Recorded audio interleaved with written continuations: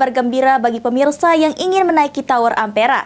Pasalnya, revitalisasi tower kedua Jembatan Ampera diprediksi akan rampung pada akhir tahun 2024 ini dengan menelan anggaran 9 miliar.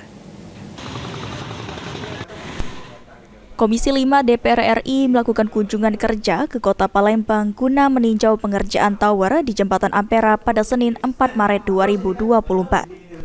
Wakil Ketua Komisi 5 DPR RI Robert Rowe mengatakan pengerjaan tower pertama Jembatan Ampera yang menelan dana 9 miliar rupiah telah rampung dan untuk tower keduanya ditargetkan selesai di akhir tahun 2024.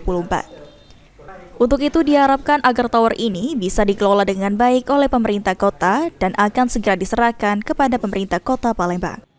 Tower di Ampera tadi kami lihat progres yang pertama sudah selesai, tower pertama. Tower kedua kita harapkan 2024 ini sudah akan selesai. Ya kan anggarannya sudah ada 9 miliar. Tadi kami sudah sampaikan, kami minta supaya ini segera selesaikan dan ini dikomunikasikan dengan pemerintah kota untuk bisa ini perkara itu dikelola dengan baik oleh pemerintah kota. Ya kan segera diberikan diserahkan ke pemerintah kota untuk perawatan dan sebagainya. Ilham Wahyudi, PAL TV.